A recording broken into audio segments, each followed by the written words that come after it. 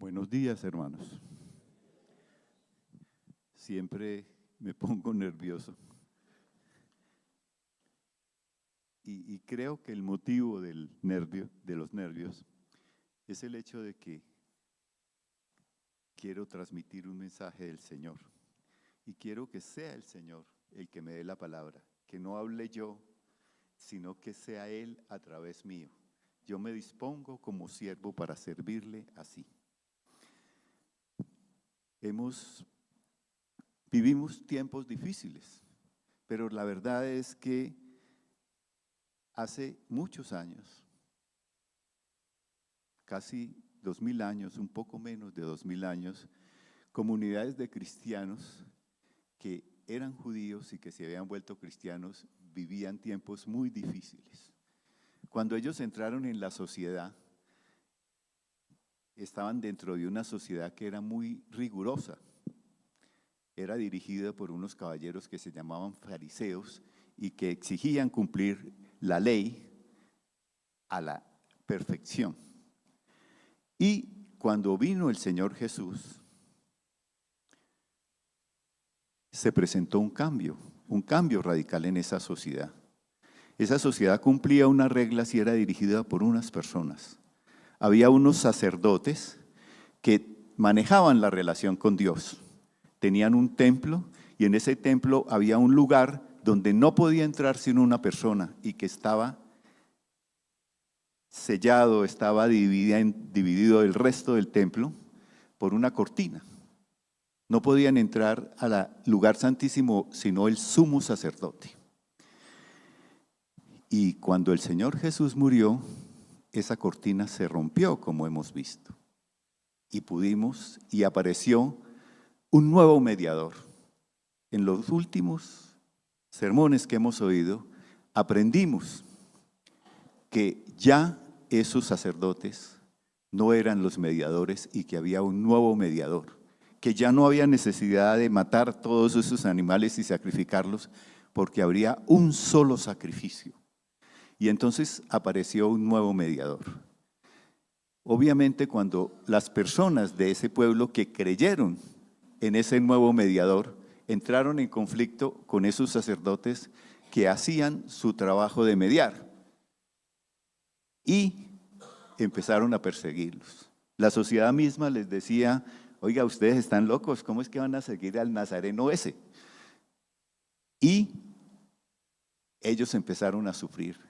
No solamente ese tipo de cosas de ser expuestos públicamente, sino que ellos empezaron a ser perseguidos. Y bueno, algunos de ellos empezaron a preguntarse: oiga, ¿sí será este el nuevo mediador?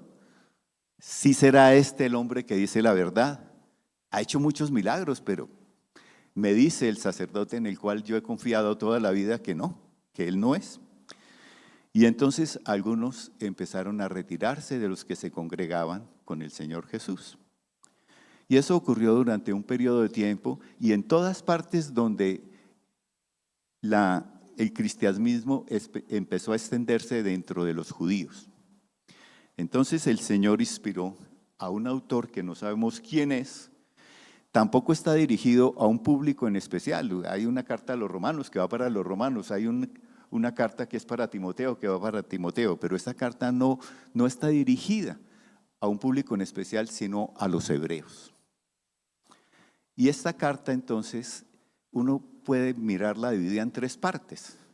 Es sobre la parte de la Biblia que nosotros hemos venido trabajando. Esa carta está dividida en tres partes que uno podría decir: mire, del capítulo 1 al capítulo 6, lo que nos muestra esa carta es que Jesús es superior a todo. Los hebreos creían en los ángeles. Ellos miraban el Antiguo Testamento y decía: el ángel llegó el ángel donde Abraham. Entonces ellos creían en los ángeles. Ellos también creían en Moisés. Creían en los profetas. Y entonces ahora viene una carta que empieza diciendo: en los primeros tiempos Dios habló a través de una serie de muchas formas, pero ahora va a hablar solamente a través de su Hijo Jesús, Jesucristo. Entonces, esa es el primer versículo que uno lee cuando lee la carta a los Hebreos. Y a continuación demuestra que Él es superior a los ángeles, que es superior a los profetas, a los ángeles y a Moisés mismo y a la ley levítica que había hecho, que se la había dado. Dios se la dio a Moisés, pero ahora había un nuevo mediador entre Él, entre Dios y los hombres. Entonces, en una primera parte del capítulo 1 al capítulo 6 de Hebreos, nosotros aprendemos que Jesucristo es superior a todo eso, a todo absolutamente. Jesucristo tiene la supremacía sobre eso. El Hijo de Dios es superior y lo hemos ido aprendiendo. De los capítulos 7 a 10 nos muestra que Él es superior, que su sacerdocio, que su mediación entre Dios y los hombres es superior a lo que había antes. Una institución que llevaba siglos. Es decir, uno puede pensar que Moisés le dio esas leyes a los judíos más o menos por allá más de 1000 años antes de Cristo. Y entonces llegamos del capítulo 7-10 a la demostración de eso. Eso es lo último que hemos estado mirando. Ahora entramos a una transición. Lo que yo voy a darles a ustedes, lo que yo creo que el Señor quiere darles a ustedes realmente, es el final de las dos primeras partes. La supremacía de Cristo y la supremacía del ministerio de Cristo. Ahora uno tiene que acudir a Jesús para que le limpien los pecados, y se los limpia completamente. Eso que hacía antes era simplemente una imagen de lo que venía después. Y entonces vamos a enfocarnos, estamos haciendo la transición de eso hacia la tercera parte de la carta, que habla de un principio fundamental, que es la fe. El pastor Hernando el domingo pasado nos enseñó qué era lo que pasaba con esas personas esos judíos que habiendo creído en el Señor, en un momento determinado, cuando las cosas empezaron a ponerse complicadas, cuando perdieron sus trabajos, cuando tuvieron que abandonar sus comunidades porque creían en el Señor Jesús, esos judíos que se retiraron, obviamente, perdieron lo que el Señor Jesús ofrecía. ¿Qué era lo que ofrecía el Señor Jesús? Pasaban de ese pacto de la ley al pacto de la gracia. Entonces ahora ellos desecharon eso, dijeron que no lo querían y volvieron atrás y volvieron otra vez al sacrificio. Entonces el Señor dice, bueno, si ustedes no quieren, ustedes realmente van a perder lo que yo ofrezco. Y lo que Él ofrece no es cualquier cosa, es limpiarnos de los pecados. Aquí dice, en este versículo de Hebreos 1:3, al comienzo dice, después de llevar a cabo la purificación de los pecados. El Señor nos purificó de nuestros pecados, nos santificó, nos apartó para Dios. Ellos desecharon eso. ¿Y se quedaron con qué? Se quedaron con nada, ¿cierto?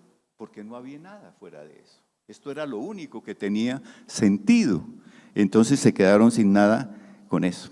Y precisamente en el sermón anterior, que se llamó una advertencia contundente, nos cuenta que esas personas que perdieron eso quedaron sometidos a la ira de Dios. Imagínense ustedes, Dios manda a su Hijo Jesús, Jesús muere por nosotros y bueno, la gente dice, no me importa eso, ¿cierto? Voy a volver atrás. Uno piensa que eso es chévere, mirado desde allá, pero sucede que eso lo vivimos ahora, ¿cierto? Nosotros estamos también en un medio, y ese es un medio que es favorable para nosotros. Yo quiero entrar en eso. Entonces, el Señor le da una advertencia a las personas que los abandonaron, pero Él también es consciente que esos judíos que se quedaron estaban sufriendo presiones, estaban siendo perseguidos. Y Él es también consciente que nosotros vivimos situaciones complicadas. Uno piensa que eso no se presenta en el país, pero sí se presenta en el país y a veces no nos damos cuenta siquiera de lo que ocurre.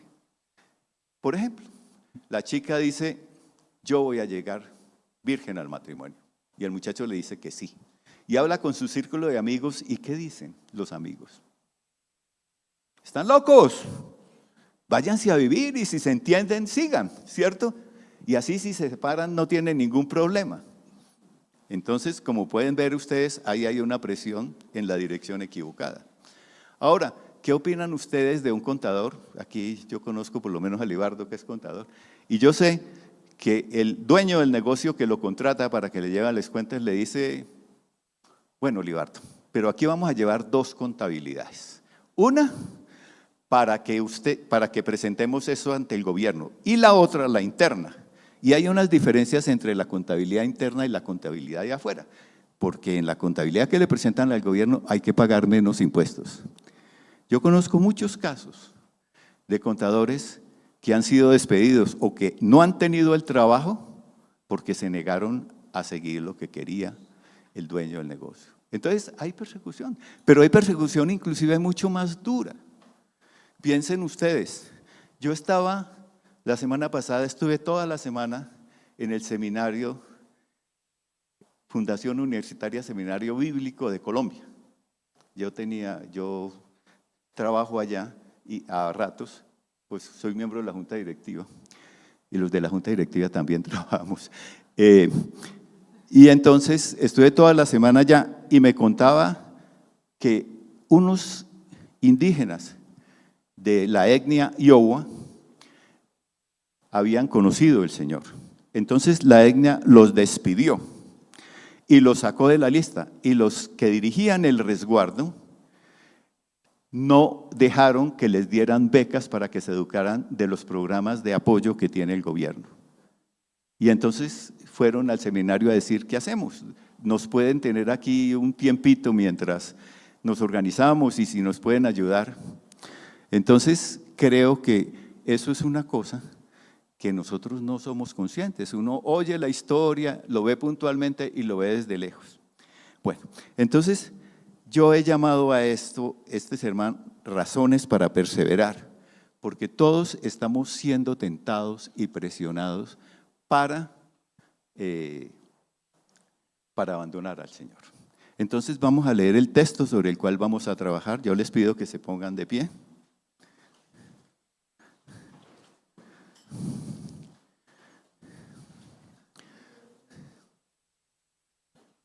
El texto es Hebreos, capítulo 10, versículos 32 al 39. Muy bien, ¿estamos listos? Bueno, dice así. Yo tengo la versión de la Nueva Biblia de las Américas, pero las dos son similares con la Reina Valera. Versículo 32. Pero recuerden los días pasados, cuando después de haber sido iluminados, soportaron una lucha de padecimientos.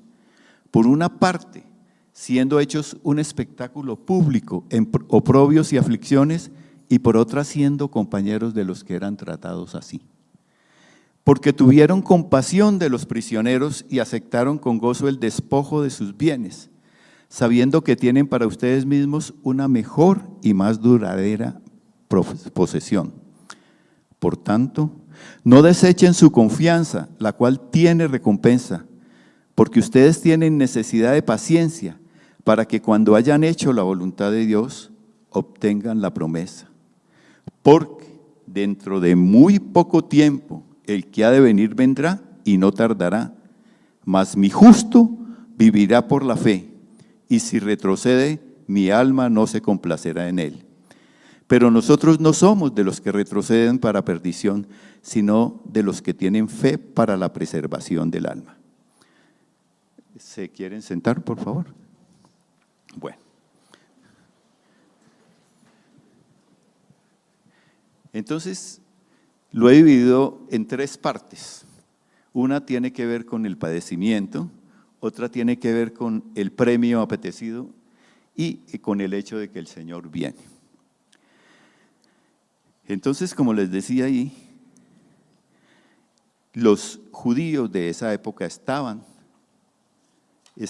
siendo ridiculizados, agredidos. En las historias que tenemos de la historia de la alianza se inició en Nariño, que es la denominación donde nosotros pertenecemos.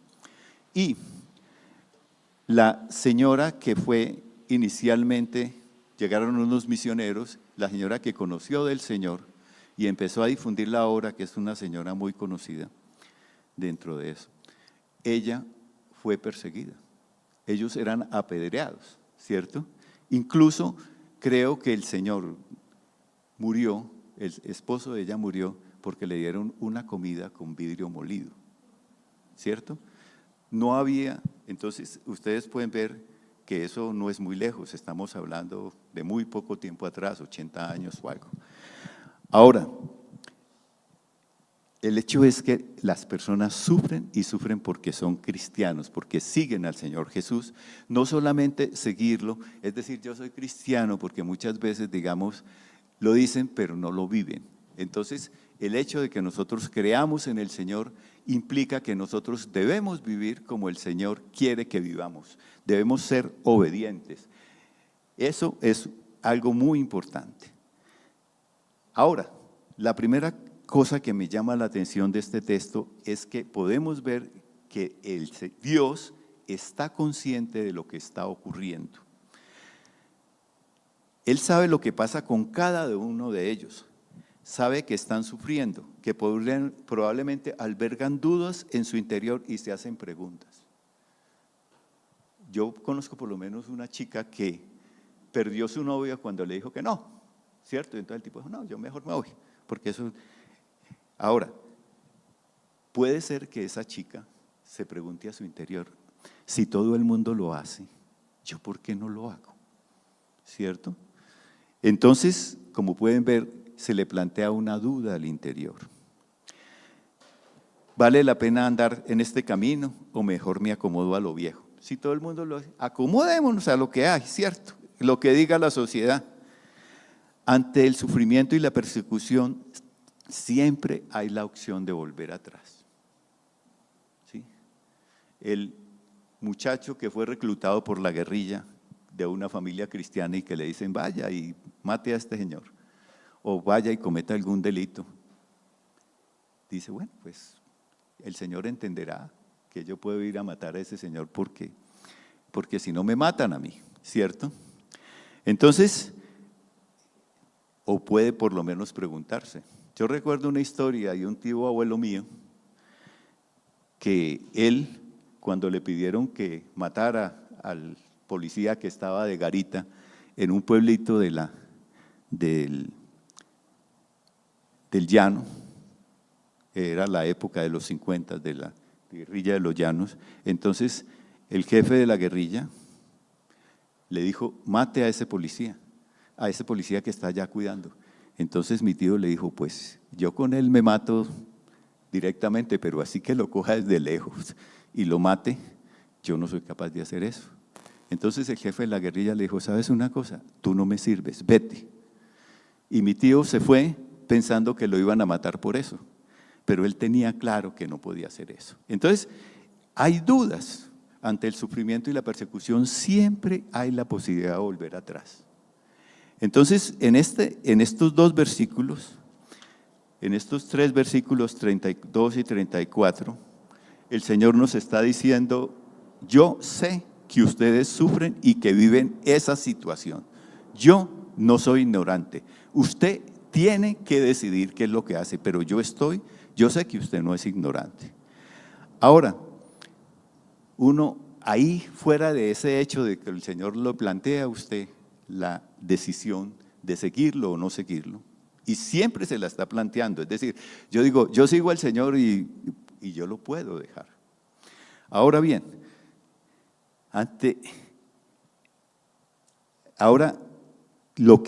la segunda cosa que me llama la atención de este pasaje es la reacción que tienen los cristianos, los hermanos cristianos con los que están sufriendo, ¿cierto? el hermano y hermana está siendo ridiculizado. Tú eres un cristianito, ¿cierto? Tú eres un fanático, tú. Entonces, ¿qué hace los cristianos al lado de eso? Podría ser que uno dice, uy, allá hay un problema, mejor me voy. Al contrario, lo que dice el texto es que el hermano y hermana están siendo ridiculizados. Yo me pongo de su lado, así me ridiculicen, así me ridiculicen. Él no lo deja solo, lo acompaña. El hermano o hermana están en la cárcel por ser cristianos. Yo voy y le manifiesto mi compasión y lo apoyo. En esa época el apoyo era vital, no solamente desde el punto de vista emocional, sino desde el punto de vista de bienes materiales, porque las cárceles romanas pues no tenían, digamos, previsto alimentar, sino que alguien de afuera los tenía que sostener. Y uno lo puede ver eso en las epístolas, en lo que dice Pablo. Fíjense ustedes que en ninguno de estos casos la persona, nosotros los cristianos, nos podemos hacer el tonto, ¿sí? Sino que nosotros nos involucramos. No hay indiferencia, sino amor. Un amor que ya Jesús nos ha dado y murió en la cruz por nosotros. Entonces, aquí podemos ver claramente que mantenerse firme en el Señor tiene un costo. Se puede perder el trabajo, la familia, las relaciones sociales, las propiedades e incluso en algunos casos hasta la vida. El dolor y la persecución existen hoy en día y en nuestro país existe. Pero también hay creyentes ejemplares que nos enseñan cómo tenemos que vivir. Y por ejemplo, hay una historia bellísima, hay unas frases bellísimas de una niña que se llama Valentina, hija de unos cristianos perseguidos que fueron expulsados de su zona por un movimiento guerrillero o paramilitar o lo que sea, o hasta por los comunales que querían echarle mano, y ellos tuvieron que abandonar todo lo que tenían que entregar todo lo que tenían. Y entonces, ¿sabe qué hizo la chica cuando le preguntaron? Una chica adolescente dijo lo siguiente: a las personas perseguidas les diría que no abandonen su fe. Si todavía están aquí, es porque Dios tiene un propósito para ellos. Una china, 15 años, con esa cosa en la cabeza. Impresionante. Entonces, el Señor nos pide que nos mantengamos firmes, que perseveremos. Y lo que nos dice es, para que ustedes perseverar va a tener un costo para ustedes. ¿Cierto? Hemos cantado lo que vemos y ahí se hace la referencia de eso. La segunda razón, entonces, una primera razón es eso. Ustedes están sufriendo, pero yo sé. Ahora, uno podría preguntarse cuál es el propósito que tiene Dios. Bueno, vamos a poder explorar eso en algún momento durante esta charla. Hablemos del segundo tema. ¿Hay premio? Sí, hay premio. Dice la palabra final del versículo 34, ellos entregaron sus bienes, fueron despojados, sabiendo que tienen para ustedes mismos una mejor y más duradera posesión.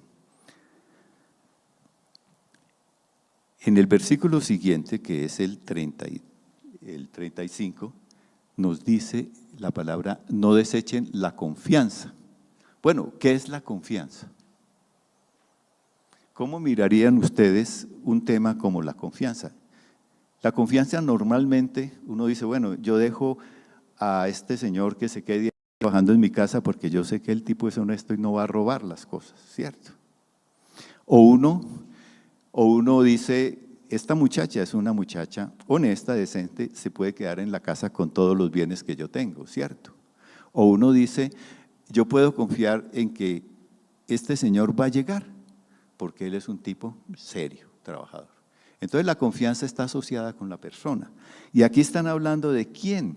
Por tanto, no desechen su confianza ¿en quién?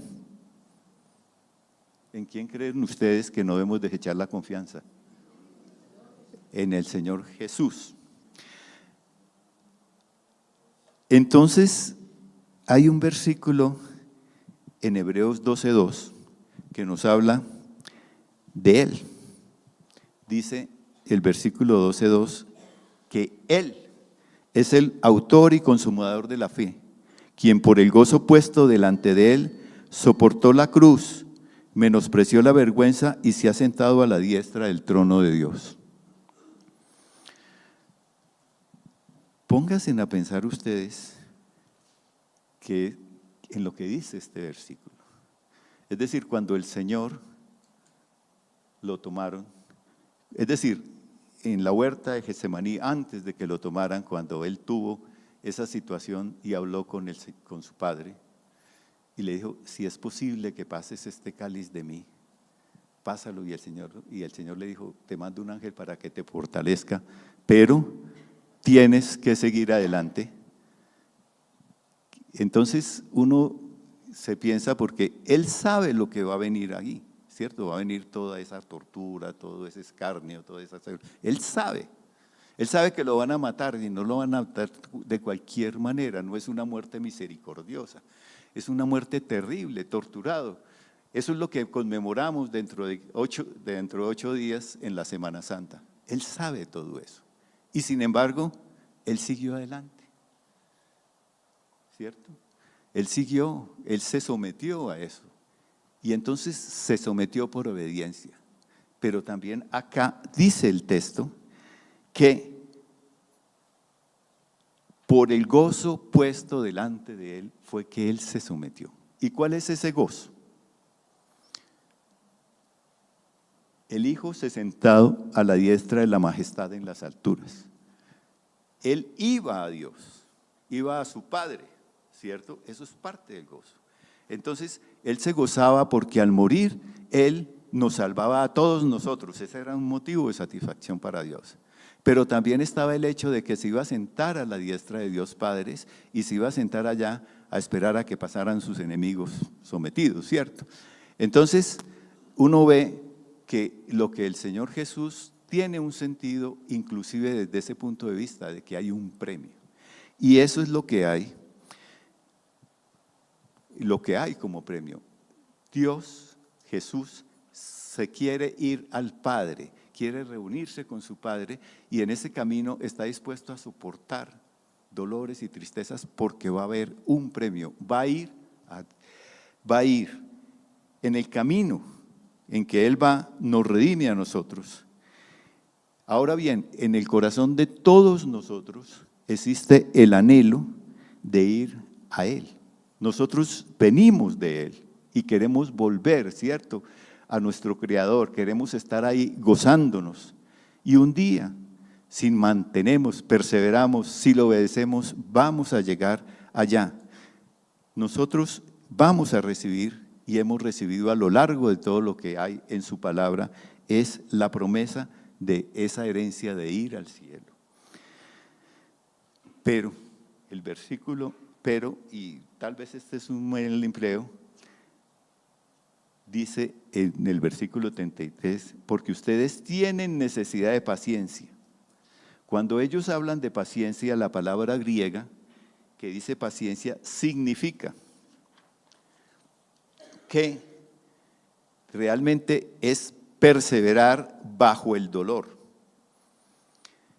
Significa permanecer bajo un peso, soportar, resistir, aguantar frente a las pruebas y dificultades. Santiago nos dice que la prueba de nuestra fe produce paciencia. Esa paciencia de hacer la voluntad de Dios nos lleva al premio apetecido, que es el reposo que mencionamos en el capítulo 4, que es la vida eterna, que es el cielo, y que cantamos en el último himno que leímos. Entonces, una tercera razón es que ese premio vale la pena. Miren, uno se pone a mirar las personas y la historia de las personas y uno ve gente que obtiene mucha plata, gente que obtiene muchos bienes, gente que es muy famosa, gente que es bonita, digamos, pero todo eso son bienes que no duran. Hay algo más que va más allá, que es lo que nosotros anhelamos. Y eso es lo que nos ofrece el hecho de que obedezcamos al Señor y que nos mantengamos, que perseveremos en la fidelidad hacia Él. La tercera razón, entonces hablamos del padecimiento, hablamos del premio y viene la tercera razón. Y la tercera razón está en los versículos 37 y 38. Dice, porque dentro de muy poco tiempo el que ha de venir vendrá y no tardará. ¿Quién será ese que va a venir y no tardará? ¿Nadie? ¿No saben ustedes? ¿No le ocurre? Jesús. Es que Jesús está en todo, ¿cierto? Ahora bien, este texto es un texto que viene del Antiguo Testamento, de un profeta que se llama Habacuc. Y yo no voy a entrar en detalles en torno a lo que dice Habacuc, pero vale la pena que ustedes se lo lean. Y lo que él nos anuncia es que va a venir Jesús. De hecho, en algunos de los, incluso en el Apocalipsis, en el versículo 22-20, dice que Jesús dice, el que testifica estas cosas dice, sí, vengo pronto, amén. Estamos viviendo y todos somos conscientes que dentro de nuestras creencias está el juicio final, el día que se acaba todo esto. Con la manera de la crisis ambiental puede ser relativamente rápido. Pero la verdad es que ese día el Señor Jesús va a venir. Y así como vino para morir por todos nosotros y otorgarnos la gracia, ese día va a venir a juzgarnos. Y entonces, ¿qué es lo que nosotros vamos a presentar para justificar ser salvos? ¿Qué? Lo único que nosotros tenemos es mantenernos fieles, perseverar en el Señor. Y entonces, si Él va a venir, una cosa muy importante es perseverar. El versículo 38 dice, mas mi justo vivirá por la fe. Lo podemos decir que en ese juicio lo que nos justifica, lo que nos permite ser justos, es que creímos en el Señor Jesús. Y esa es la tercera razón por la cual nosotros debemos perseverar. Y es con premio, ¿no? Con el premio de la eternidad, con el premio de estar junto a Dios. Entonces, yo concluiría realmente como concluye este pasaje en el versículo número 39. Y es grato que estemos todos aquí, nosotros que creemos en el Señor y que vamos a perseverar en el Señor, porque nosotros sabemos que estamos en unas condiciones y vivimos la vida con dificultades, con problemas, etcétera, ¿cierto? Que el que no haya tenido problemas o no tenga problemas, que levante la mano y lo sacamos de aquí, ¿cierto? Y todos tenemos problemas, ¿cierto? Pero nosotros no vamos a retroceder, nosotros no vamos a ceder, nosotros vamos a seguir creyendo en el Jesús, vamos a seguir siendo obedientes al Señor y necesitamos hacerlo y mantener esa fe para tener la preservación de nuestra alma y tener esa vida eterna que nos promete. Y esa es mi conclusión. Yo quisiera dejarles un par de aplicaciones y es, no dejemos solos a los hermanos, que si hay un hermano que está sufriendo, por favor, que nosotros podamos apoyarla. Hay otra cosa que yo quisiera decir que me parece muy importante porque lo dice la palabra. Es importante que nos reunamos, no nos aislemos, tenemos que reunirnos, tenemos que asistir a la congregación y compartir aquí entre todos, ¿cierto? Eso algunas personas lo toman por mandamiento, lo toman como algo ligero, como que eso es una exigencia de los pastores. No, lo necesitamos. El hecho de que nos reunamos en los encuentros, ¿cómo se llama? En los eslabones, es importante, ¿cierto? Que compartamos con los hermanos.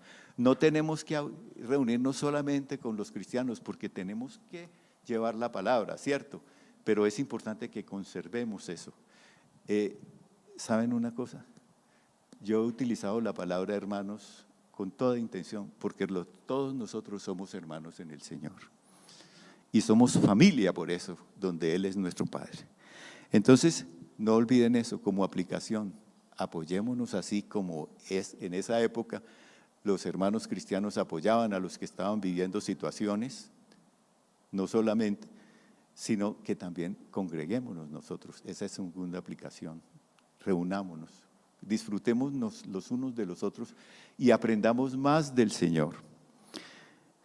Y bueno, yo quiero pedirles que bajen su cabeza y vamos a hacer una oración. Señor, estamos aquí y es grato estar aquí dentro de esta comunidad donde nosotros creemos en ti, tenemos fe en ti. A veces, Señor, ante las tentaciones que ofrece el mundo, a veces ante falsas doctrinas que quieren desviarnos, Señor, podemos sufrir dudas, pero tenemos este cuerpo de hermanos donde nos podemos apoyar unos a otros, donde nos podemos bendecir unos a otros, Señor, y donde queremos estar todos juntos para ir a ti el día que tú vengas a juzgarnos. Te damos gracias, Señor, por tu palabra. Te damos gracias, Señor, por nuestros pastores. Te damos gracias por las personas que ayudan a que estemos reunidos aquí y que nos apoyan, Señor. Bendícelos a ellos y a nosotros y llévanos con bien. Ayúdanos a preservar nuestra fe, a mantenerla a pesar de las tentaciones para dejarla. Todo esto te lo pido en el nombre de tu Hijo, el Señor Jesucristo. Amén.